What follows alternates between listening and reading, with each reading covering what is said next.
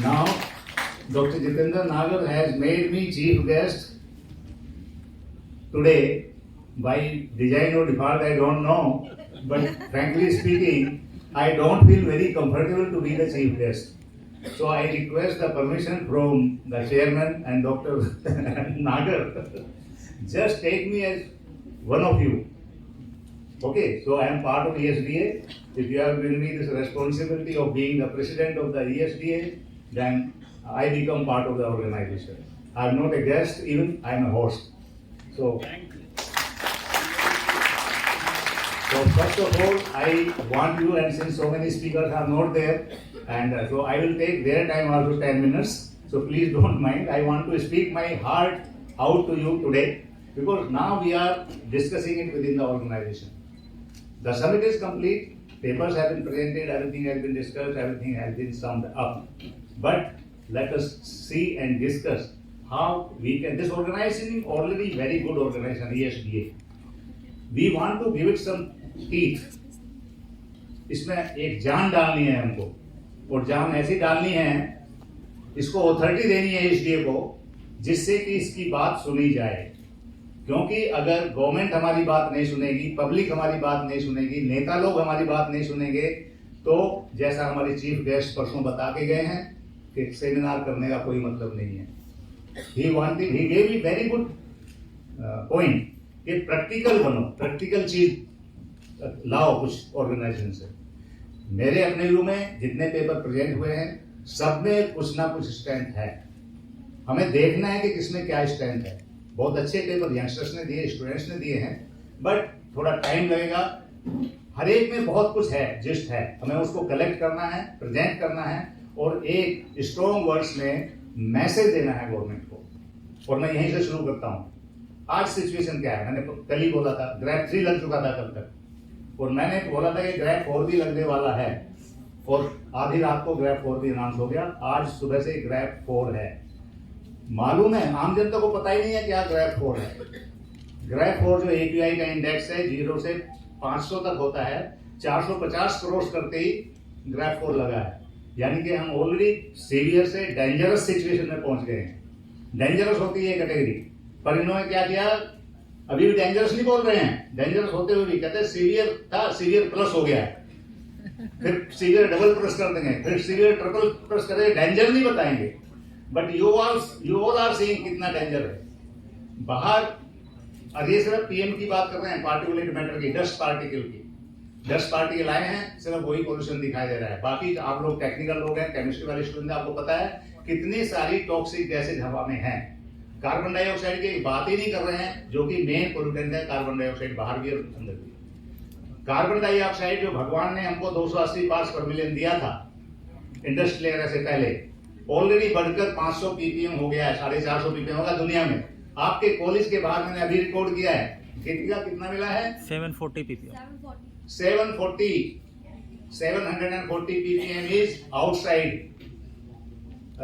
और जिसकी upper limit कितने हैं? 800 ppm सेफ है हेल्थ के लिए. आप देख लीजिए लिटरेचर, 800 ppm से ऊपर इज हेल्थ हजार्ड. और अंदर कितना है यहाँ? 2100. कितना? 2100. 2001 हो गया. 1350 था भी थोड़ी देर पहले. दरवाजा खुला था जब हम आए थे. नहीं, मैंने खुद माता था, अपनी डिवाइस में पॉकेट में लेके घूमता हूँ. देखिए ये सच्चाई हमें डिस्कस करनी है, आपस में पहले डिस्कस करनी है. If you don't agree with me, I want sir मेरे को कंट्रास्ट करें, आप लोग कंट्राडिक्ट करें. इसके बाद भी मैं हूँ यहाँ पर, ये प्रोग्राम खत्म होने के बाद भी लेट अस डिस्कस. देखिए हो क्या रहा है, मजाक क्या हो रहा है. सर के पास है. जब मैंने शुरू किया था 1350 था, अभी 2000 पहुंच गया है. अगर इस कमरे में मैंने आपको 1 घंटा और बंद रखा, ये 3000 भी पहुंच जाएगा. आपके सामने 2181 ऑलरेडी हो गया, ये रखा है.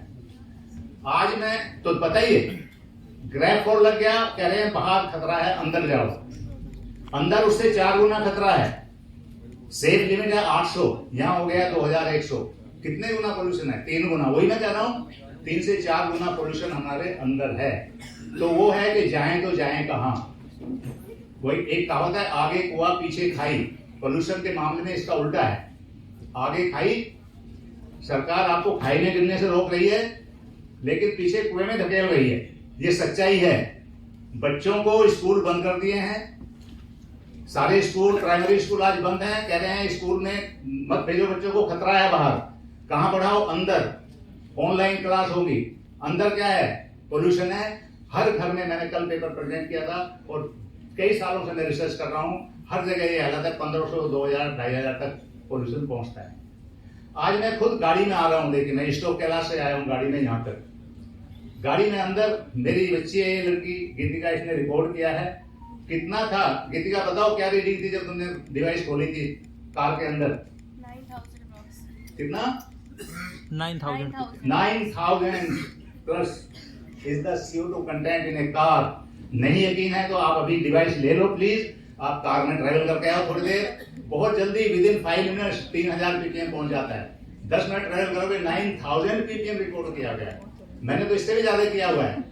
और 9000 में बेहोश हो जाओगे आप थोड़ी देर अगर चलोगे। तो ये अगर हालत है सरकार की, तो किस पे भरोसा करोगे? क्या सरकार पे भरोसा करोगे? सरकार ने लगा दिया ग्रैब 4। कर क्या रही है सरकार? मैं जनरली पॉलिटिकल कमेंट देता नहीं हूँ, टेक्निकल आदमी हूँ, लेकिन पिछले 2 दिन से सरकार कलेक्ट कर रही है फाइन। 20,000 रुपए फाइन है एक कार के ऊपर अगर आप गलत कार यूज कर रहे हो, उनके जो ग्रैब 4 पे बाहर है। और 5.85 crore is the collection which was collected on very first day, 16 तारीख को, जिस दिन ग्रैब 3 लगा है। 5.85 करोड़ का नेट खोल के देखिए, खबर देखिए। 5.5 करोड़ पर डे उनकी तो कमाई हो रही है। मर कौन रहे हैं? आम जनता, आप और हम। जिंदगी किसकी खतरे में है?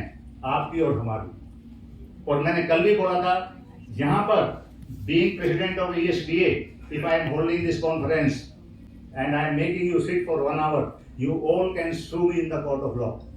मैं चाहता हूं आप लोगों में से लॉ के स्टूडेंट्स भी होंगे, टीचर्स भी होंगे, please file A TIL in the court. ये क्या हो रहा है हमारे साथ? Legally this CO2 content in room should not exceed 1000 parts पर मिलियन। सेफ लिमिट 800 से 1000 है, उसके ऊपर ये 1000। तो क्या कर रहे हैं हम? ये कौन बताएगा? तो ये मैं इस कॉन्फ्रेंस के जरिए, एक अथॉरिटी है ESDA इज नॉट के बस ऑर्गेनाइजेशन किया, लंच खाया, अच्छी बातें बोली और चल दी है, नहीं। ESDA की अथॉरिटी होनी चाहिए। After this summit I will discuss with the president, I will discuss with the chairman, I will discuss with them and we will send a report officially to government of India from ESDA in writing. We will address prime minister, we will address chief minister कि ये करो, ये हो रहा है दिल्ली में, बचाओ। और भागेंगे ये लोग। लास्ट ईयर हमने एक कॉन्फ्रेंस की थी मुजफ्फरनगर में, वहां पर एक है college of law, Shri Ram college of law.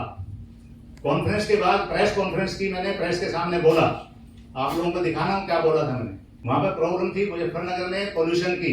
Industry आ गई है बहुत सारी, वहां पेपर इंडस्ट्री है, गन्ना इंडस्ट्री है, सारा कूड़ा करकट खेतों में जा रहा है। किसान वो कर रहे थे कंप्लेन कि साहब हमारी फसलों को नुकसान हो रहा है, ये नाले में गंदा पानी बहाते हैं, क्या करना चाहिए। मैंने वहां इतनी सी बात बोली थी कि ये पोल्यूशन इंडस्ट्री फैला रही है, इनको फाइन लगना चाहिए। किसान तो पोल्यूशन को साफ कर रहे हैं। किसान क्या कर रहे हैं? पेड़ पौधे लगा रहे हैं, फसलें लगा रहे हैं। फसलें क्या करती हैं? कार्बन डाइऑक्साइड को सोखती हैं, आपको ऑक्सीजन देती हैं। ऑक्सीजन कहां से मिल रही है आपको? पेड़ों से मिल रही है, किसानों की खेती से मिल रही है। They should get the carbon credit and with in 1 year UP government ने, पहली गवर्नमेंट है जिसने नोटिफिकेशन निकाल दिया है कि all farmers in UP will get carbon credits. और मैं आपको ये बताना है किसानों के बारे में। किसान क्या कर रहे हैं? किसान तो वातावरण को शुद्ध कर रहे हैं ऑलरेडी। किसान सबसे कम इलेक्ट्रिसिटी कंज्यूम करता है, उसको बिजली चाहिए कहाँ? ट्यूबवेल के लिए। एक जगह एक पॉइंट चाहिए उसको ट्यूबवेल का, वो उसका खर्चा वही है। ज्यादा एक बल्ब घर में चाहिए। लेकिन जो शहरों के हैं, जो इंडस्ट्रियलिस्ट हैं, एक घर में कम से कम 150 पॉइंट लगे हुए हैं। एक घर के बदले में पूरे गांव को बिजली दे सकते हैं हम, एक शहर के घर के बदले में। तो ये चेंज लाना है थिंकिंग में। दूसरे बहुत बड़ा एक चल रहा है कार्बन क्रेडिट्स का और कार्बन पॉइंट्स का पॉइंट, कि जो कार्बन क्रिएट कर रहा है उसे पेनल्टी लगनी चाहिए। ये NGT वाला पर भी था। और जो मदद कर रहा है वातावरण को शुद्ध करने की, उनको इंसेंटिव मिलना चाहिए। यहाँ ये कॉलेज है, देखिए वातावरण साफ है, हमने पाया गया, बहुत अच्छी एयर है यहाँ की, सब कुछ है। तो ये कॉलेज जो है वातावरण को शुद्ध कर रहा है पूरे मुजफ्फरनगर के लिए, खाली अपने लिए नहीं कर रहे हैं। तो इनको कार्बन क्रेडिट मिलना चाहिए।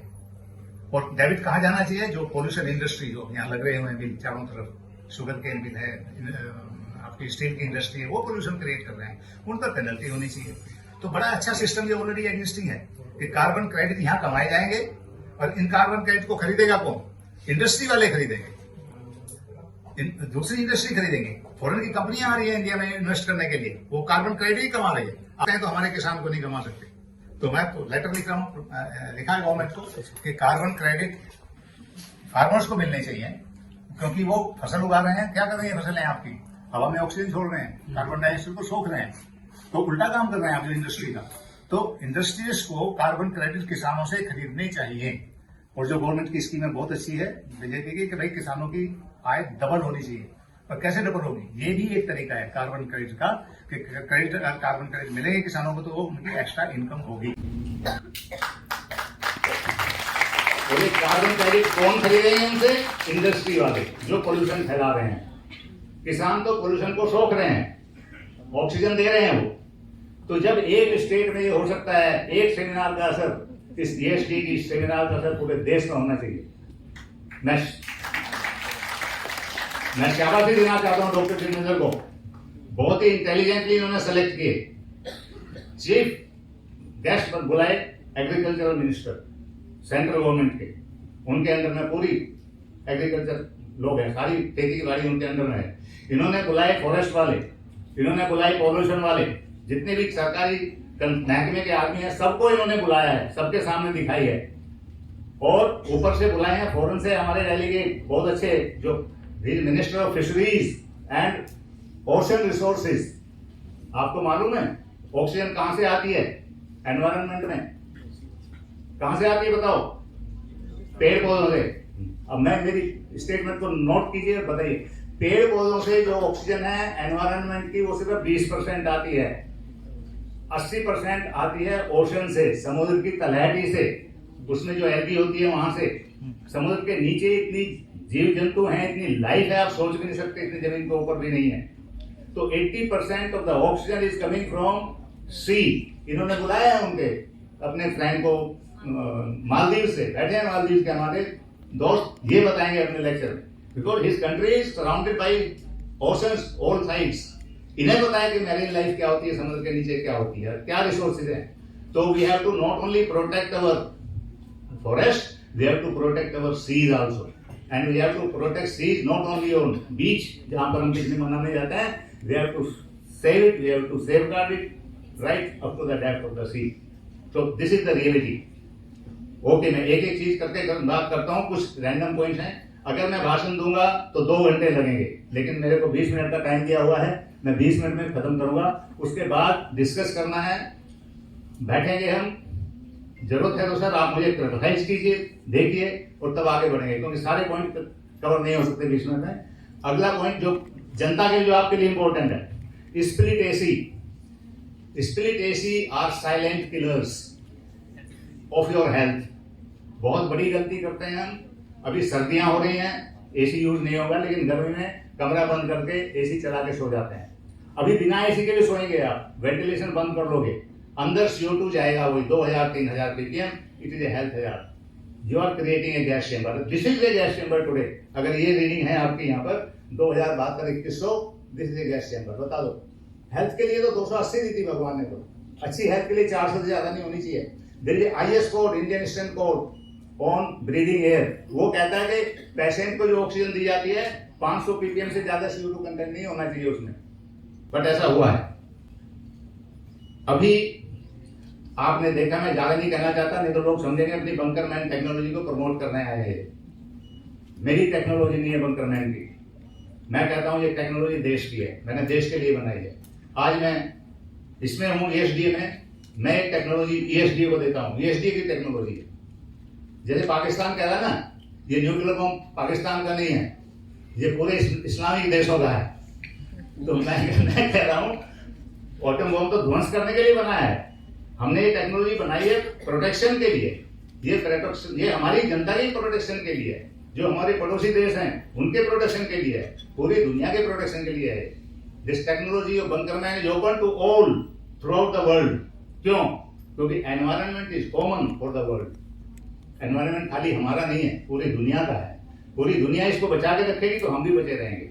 और कल मैंने बताया था कि इस राइजिंग ग्राफ जो है CO2 का जो बढ़ रहा है बाहर, जो पहले 280 था, 500 हुआ और 750 हो रहा है आपके बाहर, तो इसको रोकने का एक ही तरीका है।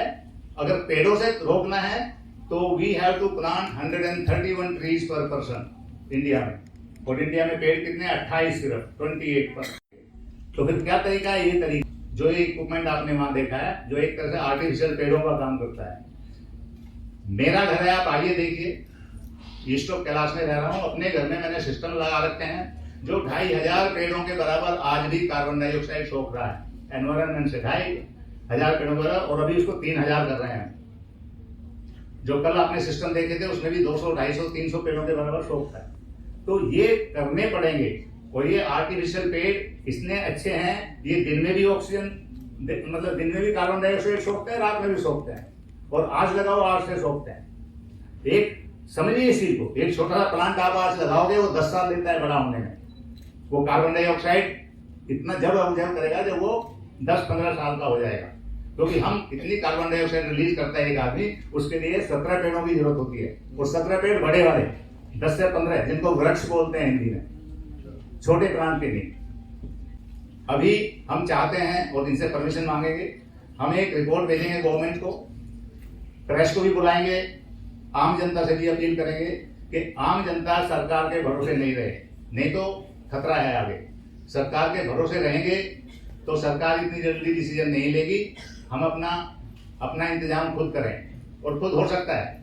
और दूसरी हम सिफारिश दे रहे हैं सरकार को, ये कॉस्ट इस इक्विपमेंट की 50,000 रुपये पर पर्सन में ले आया हम।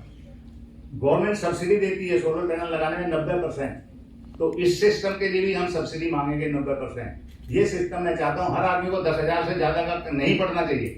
जो 5 करोड़ ये खर्च कर रहे हैं, इकट्ठा कर रहे हैं, इसी की सब्सिडी देते हैं अपनी दिल्ली में। दिल्ली का पोल्यूशन तब खत्म होगा। दूसरे कल हमने टेस्ट किए हैं, आज मेरे साथ हैं मिस्टर अमूक सिंह गुवाहाटी से आए हैं, कल इनकी प्रेजेंस में हमने टेस्ट किए हैं बंगरमेंट के घर में कि बाहर का क्या हालत है और इसका क्या तरीका है। अगर मैं मैडम से रिक्वेस्ट करूंगा, यहाँ पर जरूरत है हम आपको यहाँ डेमो करके दिखाएंगे कि बाहर इतना पोल्यूशन है, अंदर किस तरह से आप एक सेफ लाइफ जी सकते हैं और आगे बढ़ें। तो इन शब्दों के साथ अभी दूसरों को भी टाइम देना है। मैंने पहले बताया था कि टाइम की हमेशा कमी रहती है, और तो मैं यहाँ क्लोज करता हूँ। लेकिन खुला चैलेंज है। और दूसरा, जो नई जनरेशन आ रही है, ये टेक्नोलॉजी में 70 साल का हो गया हूँ, मैं खुद भी ले जाना चाहता हूँ, मैं इसको देना चाहता हूँ नेक्स्ट जनरेशन को। तो मेरी तरफ से ऑफर है, जो स्टूडेंट्स हैं या कॉलेज में, यूनिवर्सिटी में, आप चलाइए सिलेबस, उनको दीजिए रिसर्च करने के लिए। कई चीजें मेरे दिमाग में जो आप लोगों को रिसर्च करने के लिए मौका मिल सकता है, और आगे इसको आगे बढ़ाया जा सकता है। अगर दुनिया को बचाना है इस तबाही से, तो यही एक तरीका है। धन्यवाद, थैंक यू वेरी मच।